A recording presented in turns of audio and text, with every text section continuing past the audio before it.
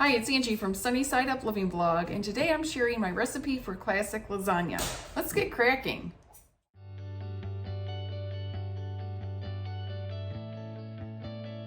So for today's recipe, I want to share a couple things about the ingredients that we'll be using. I am going to be using some ground beef, 96% lean, the Laura's All Natural. If you have any local ground beef, that's also an excellent source, or whatever kind of beef that you want to use is just fine. Also for spices, we're going to be using some parsley and basil leaves. I really like the McCormick brand, as well as a little bit of ground black pepper, one 14.5 ounce can of chopped Italian tomatoes, 2 little 6-ounce cans of tomato paste. We're going to whip together 2 eggs here with a whisk, and half of a box of lasagna noodles. You can also make your own homemade if you prefer to use that in the recipe, or any kind of gluten-free alternative, whatever you want to use. Sometimes I like to play around with the different noodles that I buy. These are low-fat, sodium-free, and cholesterol-free, but they're just plain today. That's what I had.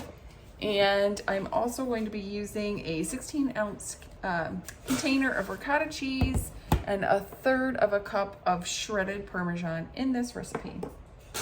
So what you're going to want to do first is preheat your oven to 350 and make sure that you grease a 13x9 baking dish such as this one. I actually prefer to use glass, but whatever kind of material you want to use is just fine.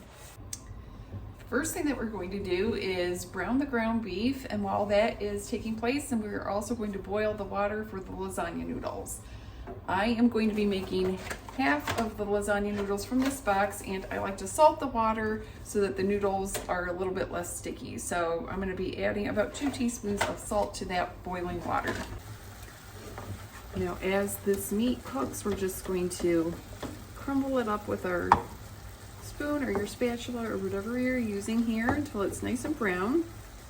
And then when that is all browned up, then we're going to drain that extra fat off. And now we are ready to add in our minced garlic. And then also a teaspoon of dried parsley. There we go. Almost added a little bit too much.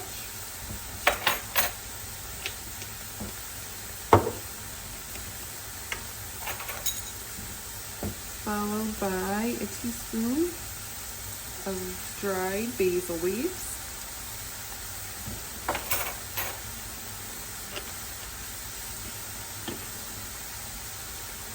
And then my canned tomatoes here, and I did not drain these. I wanted to keep that juice right in here too, so I'll start mixing this up. And then I just need to add my 2 cans of tomato paste next. So here we go.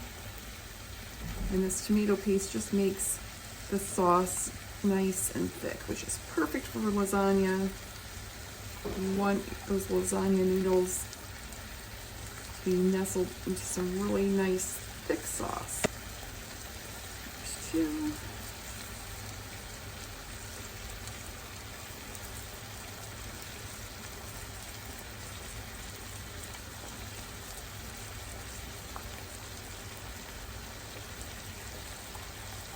There's a lot of tomato sauce.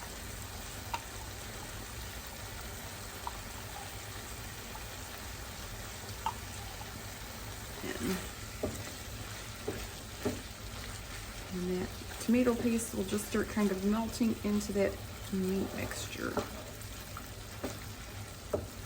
And then once this is all mixed up together really, really well, and I'm going to partially put a lid on this and then let it simmer for about 15 minutes to really get those flavors melded in together and to get that sauce thinned out just a little bit more than this.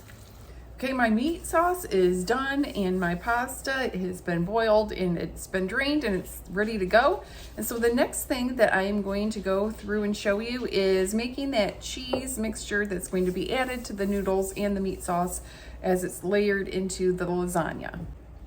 Here I have my bowl and I'm just going to be adding 2 well-beaten eggs here right into that bowl. And then I'm going to add in next the entire carton of the ricotta cheese.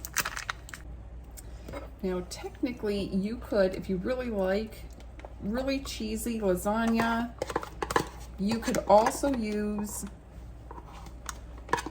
2 cartons if you wanted, or if you're not a ricotta cheese fan, and some people definitely aren't, you can use cottage cheese instead.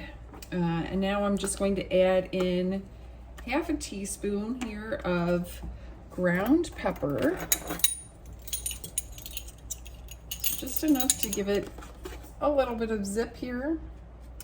There's half a teaspoon of ground pepper. And then finally, 1/3 of a cup of shredded Parmesan. And now we will just make sure that that gets mixed up really well here. All right, here we go. Here's that ricotta mixture. You can see how nicely blended it is. And now we are ready to assemble the lasagna. Can we speak today? All right, so the first thing that we're going to do is we're gonna put half of this meat mixture approximately into this baking dish. So just about half, a little more, a little less, doesn't really matter. And we're gonna spread that all over the bottom of this baking dish. Try to get it kind of even if possible, or somewhat even. That looks pretty good. And then once that's all set, then we're gonna layer approximately half of the noodles. So the noodles are all done and they've been set aside and are nicely not sticky. So we're gonna add about half of those noodles into this dish. And what I like to do is just slightly overlap them. But you do whatever floats your boat when you make your lasagna. Everybody has their own little twist that they like to put into lasagna, I believe. And so we'll do a little bit more. So we've got about half going. There we go. So we've got those sheets of lasagna on there. And then we're going to add about half, again, of this cheese mixture on top. So here we go. Oops. About half. And we're just going to spread this all over those lasagna noodles.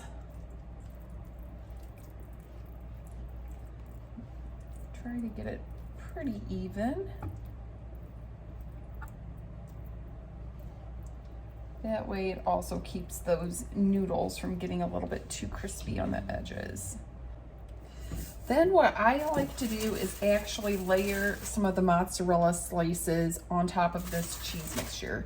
Some people like to do that more just at the very end of the lasagna, but I think that's what makes this classic lasagna recipe stand out from some others. Is it's like really cheesy, and I would consider this dish to be one of the more decadent dishes that I make, because typically I like to make things be very healthy. In fact, if Matt wasn't such a ground beef lover, then I would probably actually make this recipe with ground turkey instead, but he tends to be able to taste turkey, and so that is why I wanted to do ground beef. He really just knows the difference in the taste. And you can also make this dish, you know, a little bit healthier by using some part skim ricotta or cottage cheese, or even fat-free cottage cheese. I really don't recommend any kind of fat-free shredded cheese. And if you can spring for sliced mozzarella, I think it just makes such a difference in this particular recipe. So that's why I would definitely recommend that. So there's that meat mixture again. And now I am going to add another layer of these noodles on top.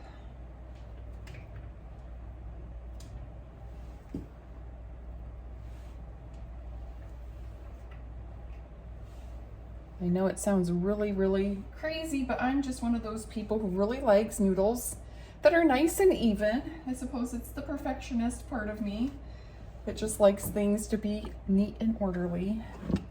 And now we're just gonna put this last layer of the ricotta cheese mixture and our mozzarella slices on top of that.